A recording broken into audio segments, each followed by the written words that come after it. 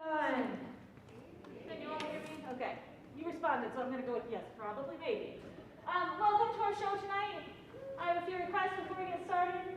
Please make sure that your cell phones are turned to silent and or off. It's really distracting to actors when, things like that go off during the show. Please refrain from using your cell phone. Like texting during a show, also kind of distracting to see someone out texting in the audience when you're on stage. It's kind of a different show. We don't usually start with the curtains open, so enjoy that fun. We have some concessions. But if you were to buy concessions, please stay in your little 6-foot area away from others and keep your masks on when you're not eating or drinking, because we have had an uptick around our district, at least recently with the COVID. So hopefully this will not be one of those things. And keeping masks on helps with that, so please do that. But most importantly, please enjoy the show. You may not all be fans of Shakespeare or really, excited about that, but I hope you enjoy this. It's our little spin. His words are stuff with it. A little bit of 90s wardrobes and stuff like that. It should be lots of fun, I hope, for you. So please enjoy your time at Verona High School.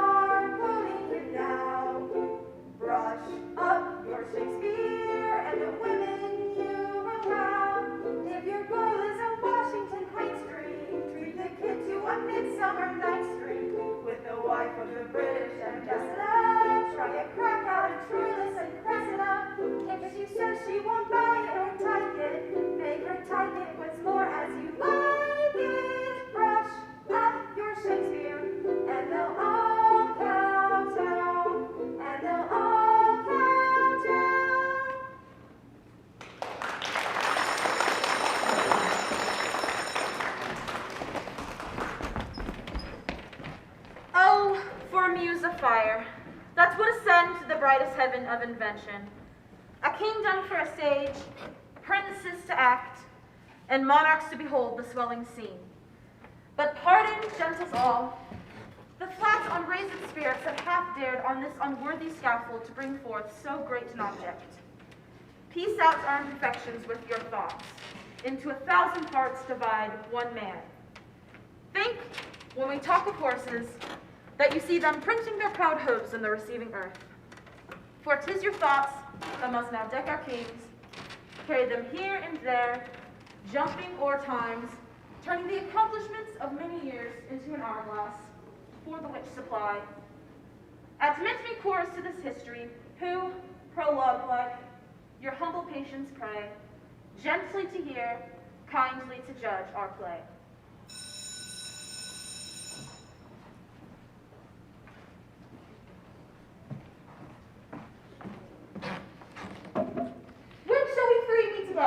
In thunder, lightning, or in rain, when the hurly-burly's done and the battle's lost and won. Where's the place? Upon the heath, There to meet with Macbeth. by the pricking of my thumbs, something wicked this way comes. Where hast thou been? Killing swine. Where thou? A sailor's wife had chestnuts in her lap, and mounched and mounched and mounched. Give me, quoth I, a roin to the which the rum-fed Runyon cries. Her husband Sulappo gone, master of the tiger, But in a sieve I'll thither sail, and like a rat without a tail, I'll do, and I'll do. I'll give thee wind. Thou art kind. And I another. I myself have all the other, and the very ports they blow, all the quarters that they know, in the shipman's card. I'll join him dry to say, sleep shall neither night nor day hang upon his penthouse lid. He shall live a man forbid. Weary 7 nights, 9 times 9, shall he dwindle, peak, and pine. Though his birth cannot be lost, yet it shall be tempest tossed. Look what I have. Show me. Show me. Here I have a pilot's thumb, wrapped as homeward he did come. A drum. The guests doth come. The weird sisters, hand in hand, posters of the sea and land, thus do go about, thrice to thine, and thrice to mine, and thrice again to make up 9. Peace the charms wound up, Thrice the brinded cat hath mewed. Thrice and once the hedge pig whined. hark your cries, 'tis time, 'tis time. Double, double, toil and trouble, fire burning, cauldron bubble. Double, double, toil and trouble, fire burning, cauldron bubble. Round the cauldron go, in the poisoned entrails throw, towed under cold stone, days and nights has 31, sweltered venom, sleeping got, bore that first in the charmed pot. Double, double, toil and trouble, fire burning, cauldron bubble. Double, double, toil and trouble, fire burning, cauldron bubble. Scale of dragon, tooth of wolf, witch's mummy, maw and gall of the ravened salt sea shark, roots of hemlock, digging in the dark, liver of blossoming dew, gall of goat and slips of yew slivered in the moon's eclipse, nose of Turk in Tartar's lips, dish delivered by a drab, make the gruel thick and slab, add thereto a tiger's chadron for the ingredients of our cauldron. Double, double, toil and trouble, fire burning, cauldron bubble. Double, double, toil and trouble, fire burning, cauldron bubble. Fillet of a fenny snake, in the cauldron, boil and bake. Eye of newt and toe of frog, wool of bat and tongue of dog, adder's fork and blindworm's sting, lizard's leg and howlet's wing. For a charm of powerful trouble, Like a hell broth, boil and bubble.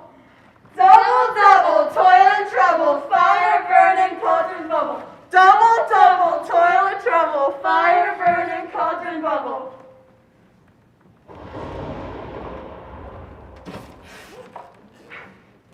Cool with a baboon's blood, then the charm is firm and good.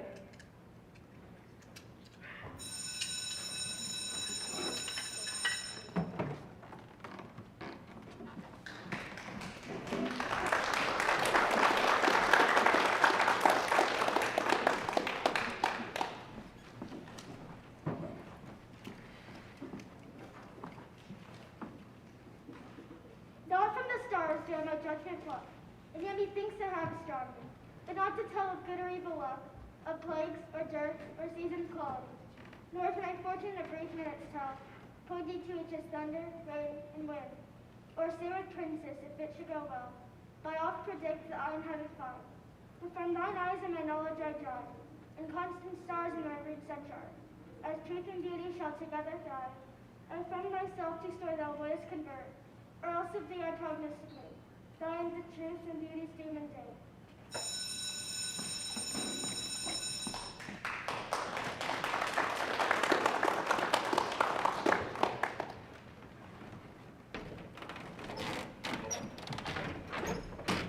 If by your art, my dearest mother, you put the wild waters in this roar, allay them. The sea, it seems, has mounted to the welkin's cheek. It dashed out the fire. Oh, I have suffered, with all that I saw suffer, a brave vessel, who had no doubt some noble creature in her, dashed to all pieces. Be collected, no more amazement. Tell your pity's heart there's no harm done. I pray you, Mom, for still 'tis beating in my mind the reason for raising the sea storm. No thus far forth, by accident no strange. Bountiful fortune hath my lady brought mine enemies to this shore. And by my prescience I find my zenith doth depend upon a most auspicious star, whose influence, if I court not but to omit, my fortunes will ever after droop. Here cease more questions. thou art inclined to sleep. 'Tis a good dullness living away. I know thou canst not choose.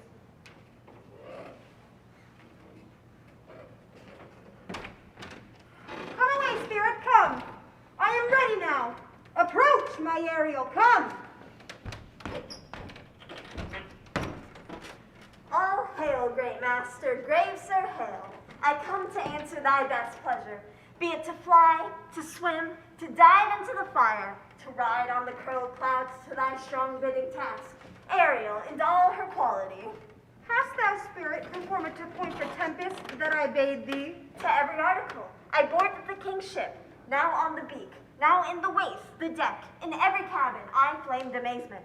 Sometime I'll divide and burn in many places. On the topmast, the yard and bowsprit would I flame distinctly. The meet and join, Jove's lightnings, the precursors of the dreadful thunderclaps, more momentary and sight outrunning were not. The fire and cracks of sulphurous roaring, the most mighty Neptune seemed to besiege and make his bold waves tremble. Yea, his dread trident shake.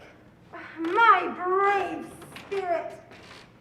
But who was so firm, so constant that this coil could not infect his reason? Not soul, but felt to fever the mad and played some tricks of desperation. All the mariners plunged in the foaming brine and quit the vessel. Then all afire with me, the king's son, Ferdinand, with hair upstaring, then like reeds, not hair, was the first man that leaped cried, Hell is empty and all the devils are here. Ah, my brave spirit! But was not this nigh shore? Close by, my master. But are they, Ariel, safe? Not a hair perisheth, on their sustaining garments not a blemish, but fresher than before. And as thou badest me, in troops, I have dispersed about the isle. The king's son I have landed by himself, whom I left cooling of the air with sighs. In an odd angle of the isle in sitting, his arms in this sad knot.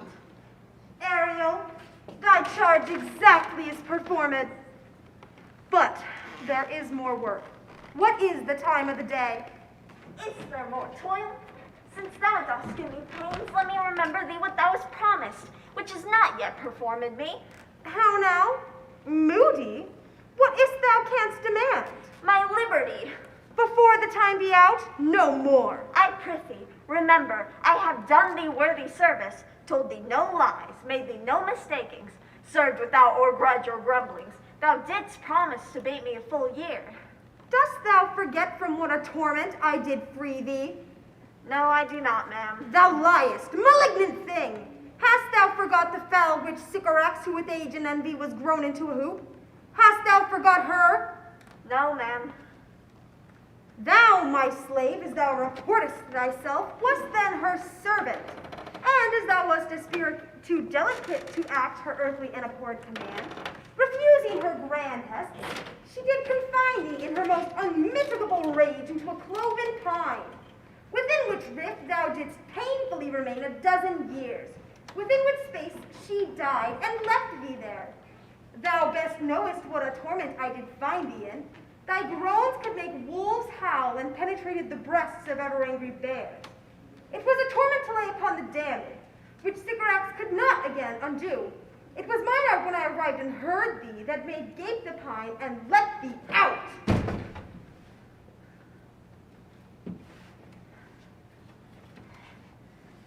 I thank thee, master. If thou more murmurest, I will rend an oak and peg thee in his knotty entrails, till thou hast howled away 12 winters. Pardon, master. I will be correspondent to command and do my spiriting gently. Do so, and after 2 days, I will discharge thee. That's my noble master. What shall I do? Say what? What shall I do? Go make thyself like a nymph for the sea. Be subject to no sight but thine and mine, invisible to every eyeball else. Go, take the shape and come hither empty. Go, hence with diligence!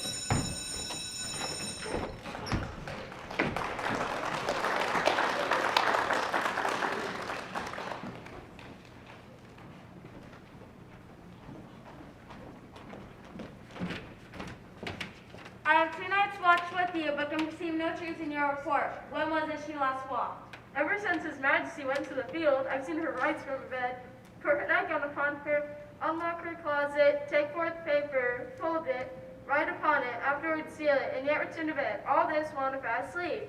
A great perturbation to nature to receive at once the benefit of sleep, and do the effect of watching.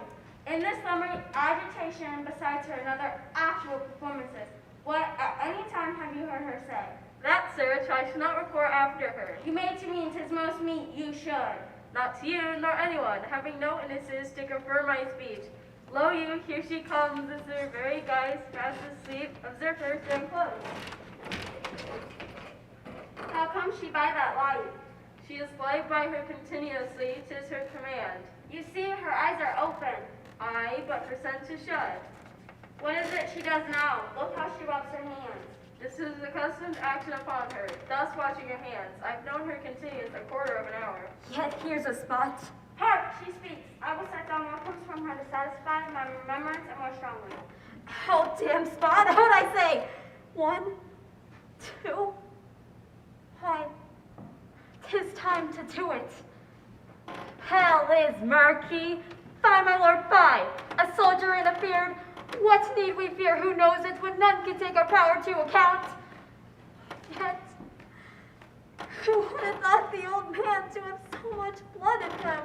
Do you mark that? The Thane of Fife had a wife. Where is she now? What, will these hands ne'er be clean? No more that, my lord, no more that. You mar all with this starting. Go to. You know what you should not. She has said what she should not, I'm sure of that, for heaven knows what she has known. Here's the smell of blood still. All the perfumes of Arabia could not sweeten this little hand. This disease is beyond my practices, yet I know people who have walked in this and have died holily in their beds. Wash your hands, put on your nightgown, look not so pale. I tell you yet again, Banquo is buried, he cannot come out on his grave. To bed, there's a knocking at the gate. Come, give me your hand. What time cannot be undone. To bed. Will she now go to bed? Directly. Foul whisperings are abroad, unnatural deeds do breed, unnatural troubles infect their minds to their death pillows, will discharge all their secrets. For she needs divine and the physician God. God forgive us all. Look after her, remove her from all annoyance, but still keep eyes upon her. In my mind she is mated and amazed my sight. I think but dare not speak. Good night, good doctor.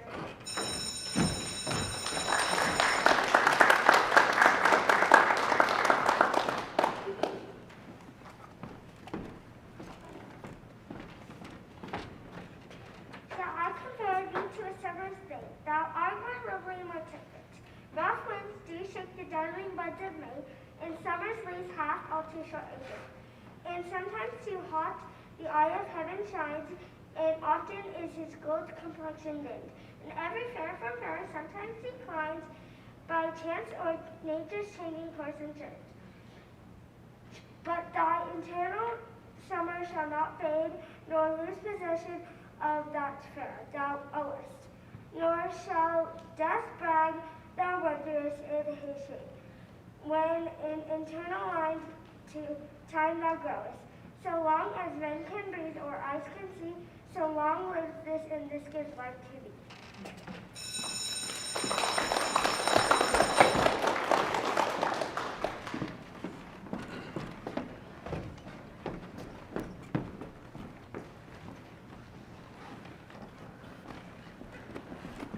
What country, friend, is this?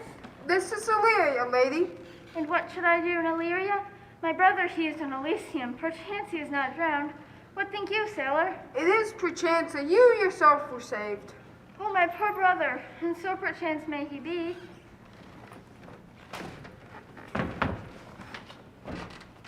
True, madam, and to comfort you a chance, assure yourself after a ship did split, when you and this poor number sits with you, hung on our driving boat, I saw your brother, most provident and pale, bind himself, courage and hope both teaching him the practice. Two strong masts that lived upon the sea, where like Arion on a dolphin's back, I saw him hold acquaintance with waves so long as I could see. For saying so, there's gold. country? Aye, madam. Well, for I was bred and born not 3 hours travel from this very place. Who governs here? A noble duke, in nature as in name, What is his name? Orsino. Orsino. I have heard my father name him. He was a bachelor then. And so is now, or was so very late. For about a month ago I went for hints, and then 'twas fresh and murmured that he did seek the love of fair lady. What's she? A virtuous maid, the daughter of the count that died some 12 months since, then leaving her in the protection of his son, her brother, who shortly after died, for whose dear love they say she hath adjured the Titan company of men. Oh, that I served that lady, and might not be delivered to the world till I had made my notifications now of what my estate is. That were hard to compass, she will make no kind of suit, no, not the duke's. There's a fair behavior in thee, captain, and though that nature with the beauteous wall doth off close and pollution, yet if thee I will believe thou hast a mind that suits, with this thy fair and outward character, I prithee, and I pay thee bounteously, conceal me what I am and be my aid, for such disguise as happily shall become the form of my intent. I'll serve this duke. Thou shalt present me as an eunuch to him. It may be worth thy pains, for I can sing and speak to him in many sorts of music that will allow me very worthy service. What else mayhap to time I will commit, only shape thou thy silence to my wit. Be you his eunuch, and your mute I'll be. When my tongue blats, let mine eyes not see. I thank thee, lead me on.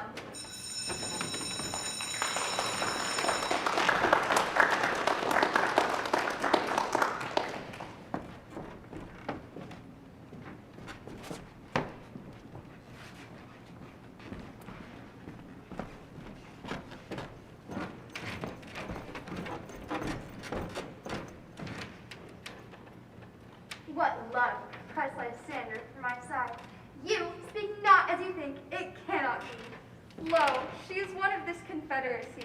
Now I perceive they have conjoined all three to fashion this false sport, in spite of me. Injurious Hermia, most ungrateful maid, have you conspired? Have you with these contrived to bait me with this fool derision? Is all the counsel that we two have shared, the sisters' vows, the hours that we have spent, when we have chid the hasty-footed time for parting us, oh, is it all forgot?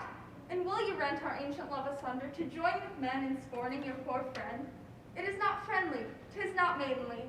Our sex, as well as I, may chide you for it, though I alone do feel the injury. I am amazed at your passionate words. I scorn you not, it seems that you scorn me. Have you not set Lysander, as in scorn, to follow me and praise my eyes and face? And made your other love Demetrius, who even but now did spurn me with his foot, to call me goddess, nymph, divine and rare, precious, celestial? Wherefore speaks he this to her gaze? And wherefore doth Lysander deny your love, so rich within his soul, and tender me, forsooth affection, but by your setting on, by your consent? I understand not what you mean with this. Do you not jest? Yes, sooth, and so do you. Oh, me? You juggler! You canker blossom! You thief of love! What? Have you come by night and stolen my love's heart from him? Find in faith, have you no modesty, no maiden shame, no touch of bashfulness? What, will you tear impatient answers from my gentle tongue? Fie, you counterfeit, you puppet, you. Puppet? Why so? Aye, that way goes the game. Now I perceive that she hath made her hair between our statures, and with her personage, her tall personage, she hath prevailed with him. And are you grown so high in esteem because I am so dwarfish and low? How low am I, thou painted maypole? Speak, how low am I? I am not yet so low that my nails cannot reach unto thine eyes. Good Hermia, do not be so bitter with me. I evermore did love you, Hermia, did ever keep your counsels, never wronged you, save that in love unto Demetrius. I told him of your stealth unto this wood. He followed you. For love I followed him. But he hath chid me hence and threatened me to strike me, spurn me, nay, to kill me too. And now, so you will watch me quiet go to Athens while I bear my folly back. Follow you no further, let me go. You see how simple and how fond I am. Why, get you gone. Oh, when she's angry, she is keen and shrewd. She was a vixen when she went to school, and though she is but little, she is fierce. Little? Again? Nothing but low and little. Let me come to her. You, mistress, all this coil is long of you. Nay, go not back! I will not trust you. I no longer stay in your cursed company. Your hands and mine are quicker for a fray. My legs are longer though.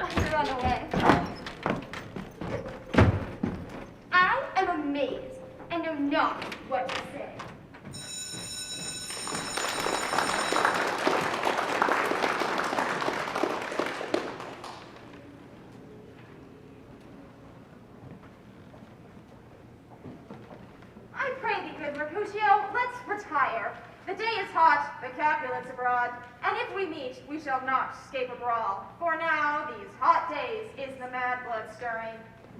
By my head, here comes Tybalt. By my heel, I care not. Gentlemen, good din, a word with one of you. And but one word with one of us? Couple it with something. Make it a word and a blow. You shall find me apt enough to that, sir, and you will give me occasion. Could you not take some occasion without giving? Mercutio, thou consortest with Romeo. Consort? What dost thou make us, minstrels? And thou make minstrels of us look to hear nothing but discords. Here's my fiddlestick, here's that shall make you dance. Zounds, consort. We talk here in the public haunt of men. Either withdraw unto some private place, or reason coldly of your grievances, or else depart. Here all eyes gaze on us. Men's eyes were made to gaze, and let them look. I will not budge for no man's pleasure, I. Well, peace be with you, sir. Here comes my man, Romeo. The love I bear thee can afford no better term than this. Thou art a villain. Tybalt, the reason that I have to love thee doth not excuse the opportunity reached to such a greeting. Villain, I am then, therefore farewell. I see thou knowest me not. Boy, it shall not excuse the injuries that thou hast done me. Therefore turn and draw. I do protest, I never injured thee. But love thee greater than thou can divide. And tell thou to know the reason of my love. And so good Capulet, which name I tender as dearly as my own. Be satisfied. Oh, calm, dishonorable, vile submission! Tybalt, you rat catcher, will you walk? What wouldst thou have with me? Good king of cats, nothing but one of your 9 lives. I am for you. Gentlemen, Mercutio, put thy rapier up. Come, sir! Down there, William, be down there, William. Gentlemen, for shame, for baseless outrage. Tybalt, Mercutio. Oh! Oh! I am hurt! Oh! Oh, plague on both your houses! Oh, I am sped! Is he gone and hath nothing? What, art thou hurt? Aye, a scratch, a scratch! Mary, 'tis enough. Courage, man, the hurt cannot be so much. 'Tis not so deep as a well, nor so wide as a church door. Ah, but 'tis enough. 'Twill serve. Oh, a plague on both your houses. Why the devil came you between us? I was hurt under your arm. I felt only for the best. Ah, a plague on both your houses. They have made worms meat of me. I have it and sell me too. Ah, oh, your houses. This man, the prince's near ally, and my very friend, have got this mortal hurt in my behalf. My reputation stained by Tybalt's slander. Tybalt, who in our hath been my cousin. Oh, sweet Juliet, thy beauty has made me effeminate, and my temper softened valor steel. Oh, Romeo, brave Mercutio is dead. That gallant spirit hath aspired the clouds, which too untimely here did scorn the earth. This day's black fate and more days doth depend. This but begins the woe of others must end. Here comes the furious Tybalt back again. Alive and triumph the Mercutio slain. Away to heaven respected lent he and fire-dyed fury be my conduct now. Now, Tybalt, take thy villain back again that late thou gavest me. For Mercutio's soul is a little way above our heads, waiting for thine to keep him company. Either thou or I, or both, must go with him. Thou wretched boy, that didst consort him here, shalt wed him hence. This shall determine that. Ah! Ah! Ah! No!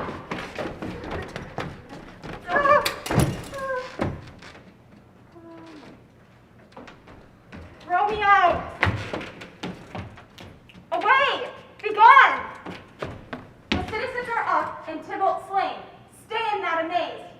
The prince will doom thee death if thou art taken. Hence, begone! Away!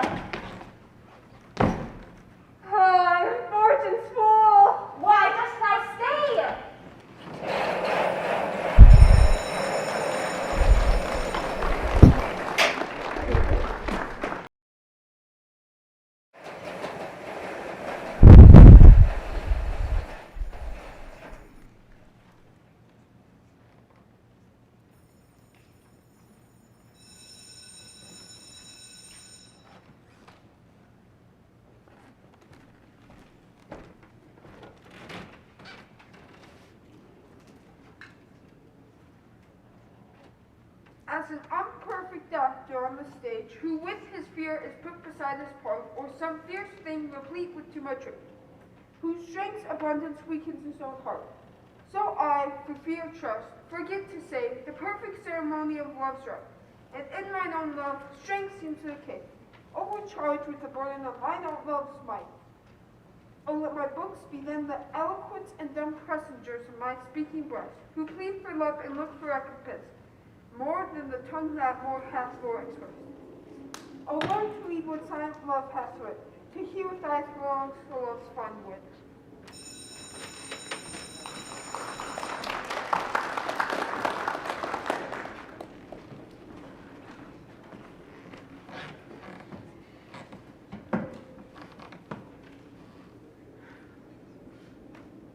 To be or not to be?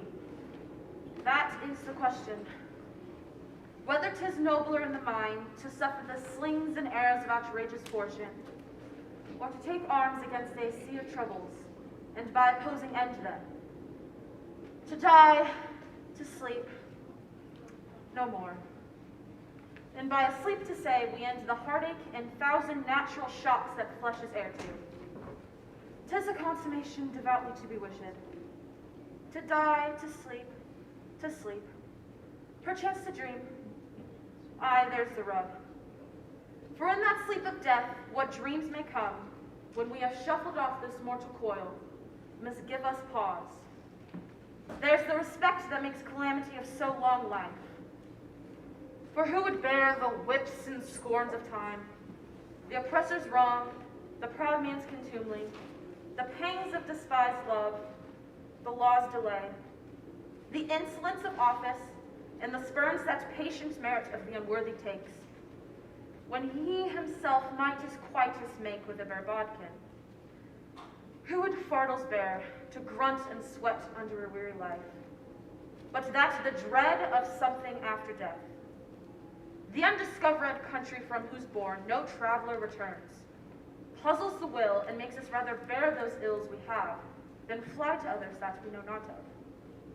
Thus conscience does make cowards of us all, and thus the native hue of resolution is sicklied over a pale cast of thought, and enterprises of great pith and moment, with this regard, their currents turn awry and lose the name of action.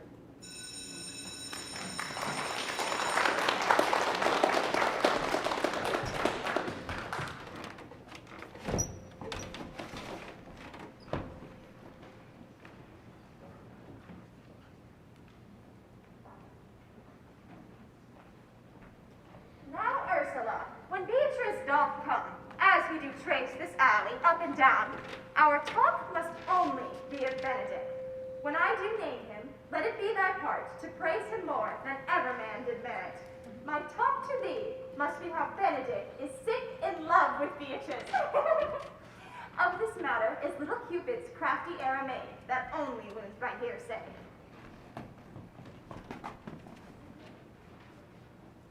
Now begin, for look where Beatrice, like a lapwing, runs close by the ground to hear our conference. The pleasantest angling is to see the fish cut with her golden oars, the silver stream, and greedily devour the treacherous bait. So angle we for Beatrice, who even now is couched in the woodbine coverture. Fear ye not my parts of the dialogue. Then go we near her, that your ear lose nothing of the false sweet bait we lay for it. No, truly, Ursula, she is too disdainful. I know her spirits are as coy and wild as haggards of the rock. But are you sure that Benedick loves Beatrice so entirely? So says the prince and my new betrothed lord. And did they bid you tell her of it, madam? They did entreat me to acquaint her of it, but I persuaded them, if they loved Benedick, to wish him wrestle with affection, and never let Beatrice know of it. Why did you so? Doth not a gentleman deserve as full as fortunate a bed as ever Beatrice shall couch upon?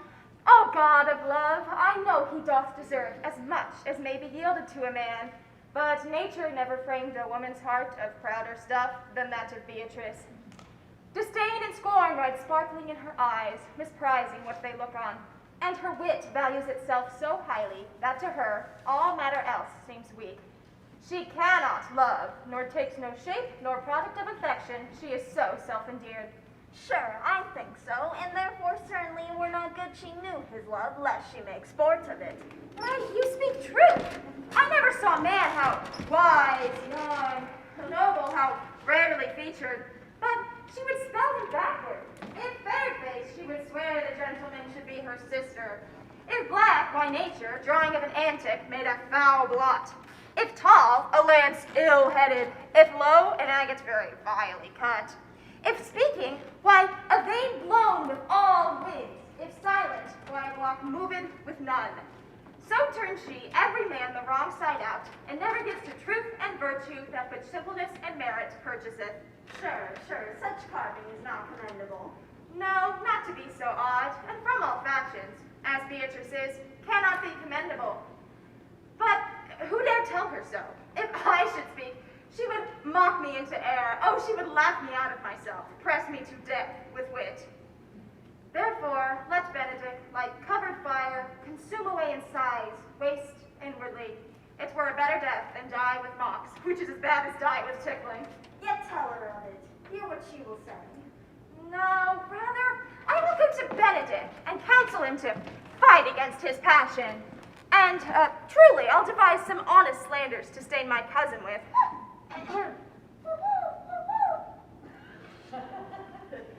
One doth not know how much an ill word may empoison liking. Oh, do not do your cousin such a wrong. She cannot be so much without true judgment, having so swift and excellent a wit as she is prized to have, as to refuse so rare a gentleman as Signor Benedick. He is the only man of Italy, always excepted my dear Claudio. I pray you not be angry with me, madam, speaking my fancy. Signor Benedick, for shape, forbearing, argument, and valor, goes foremost in report through Italy. Indeed, he hath an excellent good name. His excellence did earn it ere he had it. When are you married, madam? Why, every day tomorrow. Come, go in. I'll show thee some attires, and have thy counsel which is the best to furnish me tomorrow. She's limed, I warrant you. We have caught her, madam. If it proves so, then loving goes by haps. Some cupids kill with arrows, some with traps. What fire is in my ears? Can this be true? Stand I condemned for pride and scorn so much? Contempt, farewell, and maiden pride, adieu. No glory lives behind the back of such. And Benedick, love on. I will requite thee, taming my wild heart to thy loving hand. If thou dost love, my kindness shall incite thee to bind our loves up in a holy band. For others say thou dost deserve, and I believe it better than reportingly.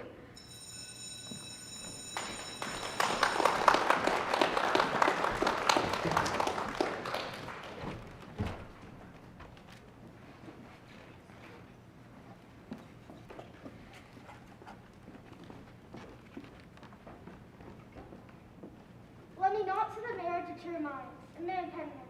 Love is not love which alters when an alteration finds, or bends at the remover to remove. Oh no, it is an ever fixed mark that looks on tempest and is never shaken. It is the star to every wandering bark, although his height be taken. Love's not time's full, though rosy lips and cheeks, than his bending sickle's compass come. Bears it out even to the edge of doom. If this be the errand upon me through, I never read, nor no man ever loved.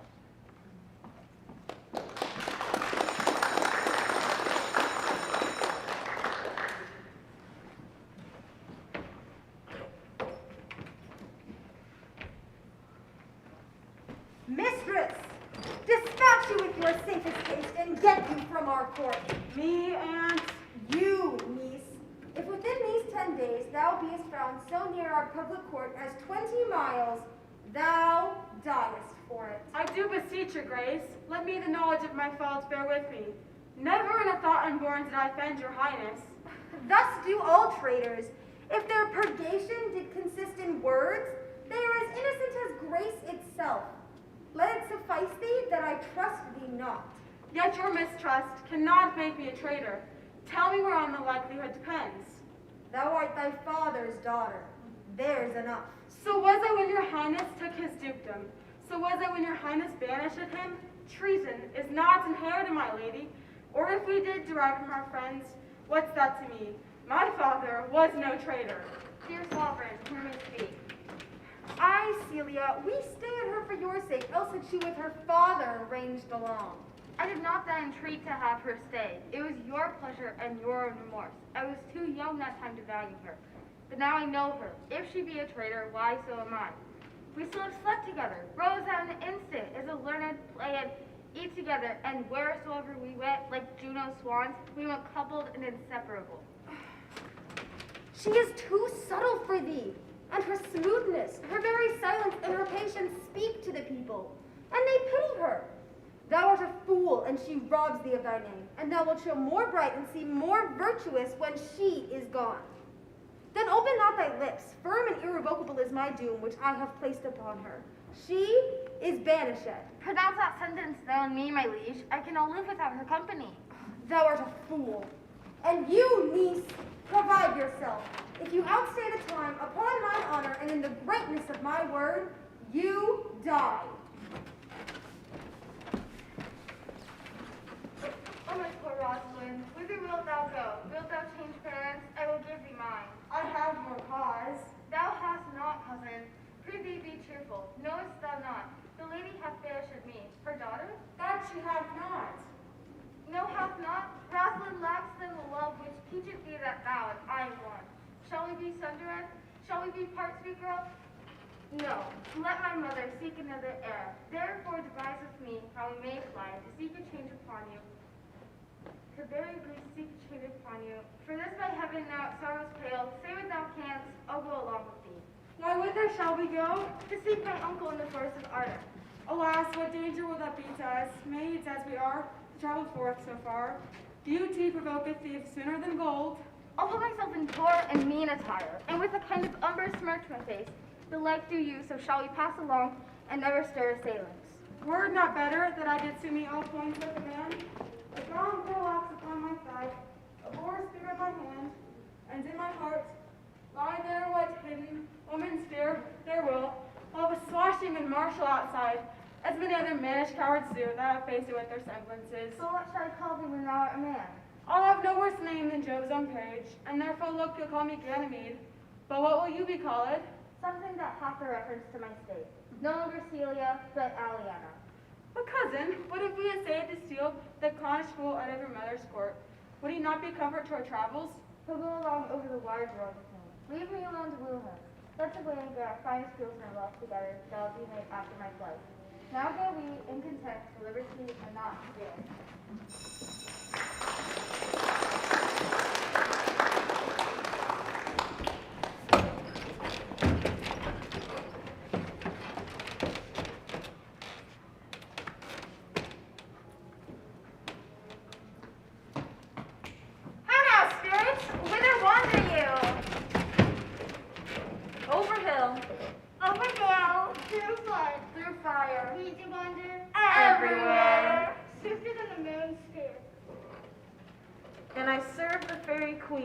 To do her orbs upon the green.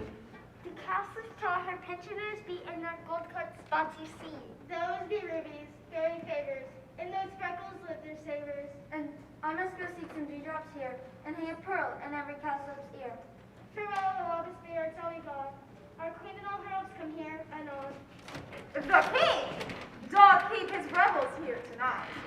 Take heed the queen, come not within his sight. For Oberon is passing fell and wrath, because that she, as her attendant, hath a lovely boy. Stolen from an Indian king, she never had so sweet a changeling.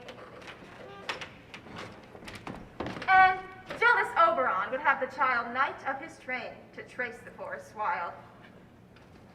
But she perforce withholds the loved boy, crowns him with flowers, and makes him all her joy. And now they never meet in grove or green, by fountain clear or spangled starlight sheen. But they do swear that all their elves for fear creep into acorn cups and hide them there. Either I mistake who shake making quiet, or else for that shrewd knavish bed.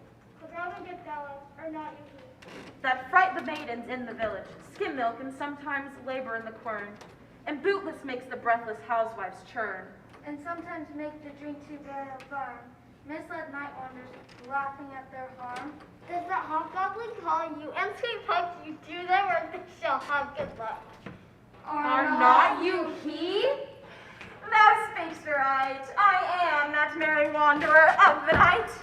I jest to Oberon and make him smile, when I affect to be that horse beguile, nay, in likeness of a filly full, nay! And sometimes lurk I in a gossip's bowl, in very likeness of a roasted crab, and when she drinks against her lips I bob, and on her with a dewlap pour the ale.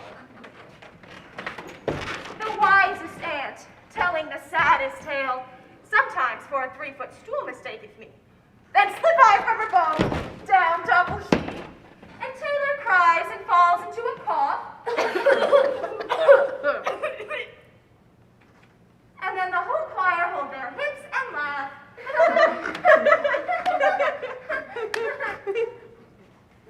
And wax them in their mirth and knees and swear, a merrier hour was never wasted there. But ring fairies, here comes Oberon. And here my mistress. Would that he were gone.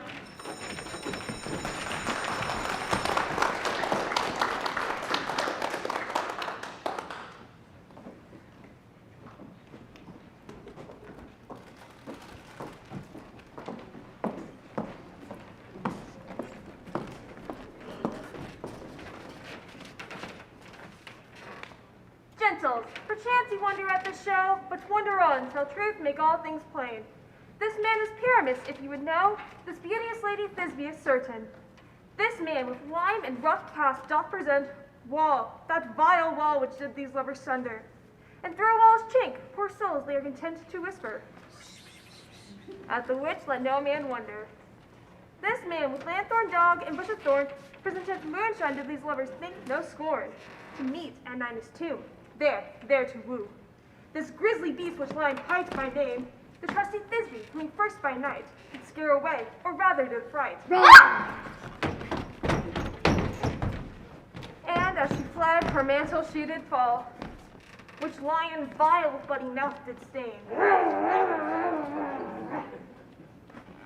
Anon comes Pyramus, sweet youth and tall, find his trusty Thisbe's mantle slain, whereat with bloody, blameful blade, he bravely broached his boiling bloody breast, and Thisbe, tearing in mulberry shade, his dagger drew and died. For all the rest, let lion, moonshine, wall, and lovers twain, at large discourse while here they do remain.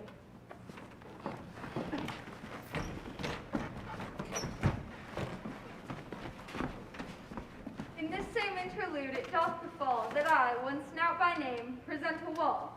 In such a wall as I would have you think that had in it a crannied hole, or chink, through which the lovers, Pyramus and Thisbe, did whisper often, very secretly, this loam, this rough cast, and this stone doth show that I am that same wall, the truth is so. In this the cranny is, right and sinister, through which the fearful lovers are to whisper. O grim-looking night, O night with hue so black, O night whichever art for dares not, O night, alack, alack, alack, I fear my Thisbe's promise is forgot, and thou wall, O sweet, O lovely wall, that standest between her father's ground and mine, thou wall, O sweet, O lovely wall, show me thy chink to blink through with mine eye. Thanks, courteous wall, Jove shield thee well for this. But what see I? No Thisbe do I see. O wicked wall through whom I see no bliss, cursed be thy stones for thus deceiving me. O wall, full often hast thou heard my bones, for parting my fair Pyramus and me. My cherry lips hath often kissed thy stones with lime inherited up in thee. I hear voice, now will I to the chink to spy, and I can hear my Thisbe's face. Thisbe! My love, thou art my love, I think. Think what thou wilt, I am thy lover's grace, and like Lymander am I trusty still. And I like Helen till the fates me kill. Not shaftless to Proclus was so true. A shaftless progress I to you. Oh, kiss me through the hole of this vile wall. Mwah. I kiss the wall's hole, but not your lips at all. Wilt thou meet me at Ninny's tomb straight away? Ninus, Tide life, tide death, I come without delay.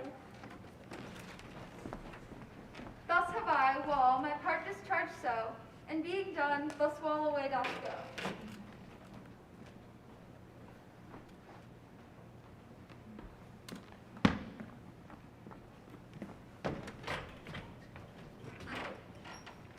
You ladies, whose gentle hearts do fear the smallest monstrous mouse that creeps on floor, may now perchance both quake and tremble here, when lion rough and wild as rage doth roar. Then know that I, once snug the joiner, am a lion fell, nor else no lion's dam. For if I as lion come in strife into this place, 'twere pity on my life. The Blackthorn Dog performing presents. This Blackthorn Dog performance presents. I myself, the man and the man do seem to be, and all I have to say is to tell you that the Blackthorn is the man, I the man and the man, this thorn bush, my thorn bush, and this dog, my dog. This is old Ninny's tomb. Ninus! Where is my love?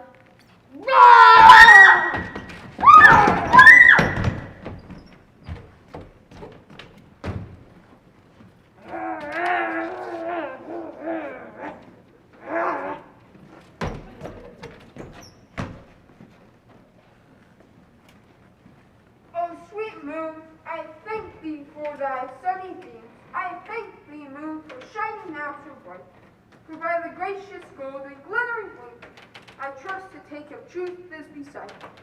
But stay, O spite, but mark, poor night, what dreadful dole is here? Eyes, do you see? How can it be? Thy mantle good would stain it with blood? Approach ye, furies fell. Fates, come, cut thread and thorn. Quill crushed, concluding well. Oh, wherefore, Mitra, didst thou lines frame? Since lion vile here hath deflowered my dear. Which is, no, which was. The fairest dame that lived, that loved, that liked, that looked with cheer. Come, tears confound, outsoar the moon, the path of Pyramus, I that with cup, where heart doth pop. Thus die I, thus. Now am I dead, now am I fled. My soul is in the sky, turn loose thy light. Moon, take thy flight.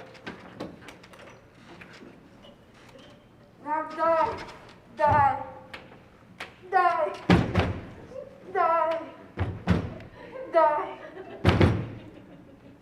Asleep, my love? What? Dead, my dove? Oh, Pyramus, arise! Speak! Quite dumb? What? Dead? A tomb must cover thy sweet eyes. These my lips, this cherry nose, these yellow cowslip cheeks are gone. Oh, sisters three, come to me, with hands as pale as milk, lay them in gore, since you have short, with shears his throat of silk, tongue not a word, come, trusty sword, come blade my breast imbue, and thus, my friends, this be ends. Adieu! Adieu!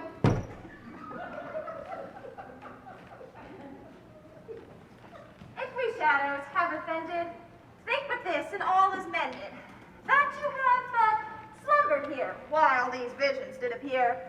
And this weak and idle theme, no more yielding but a dream.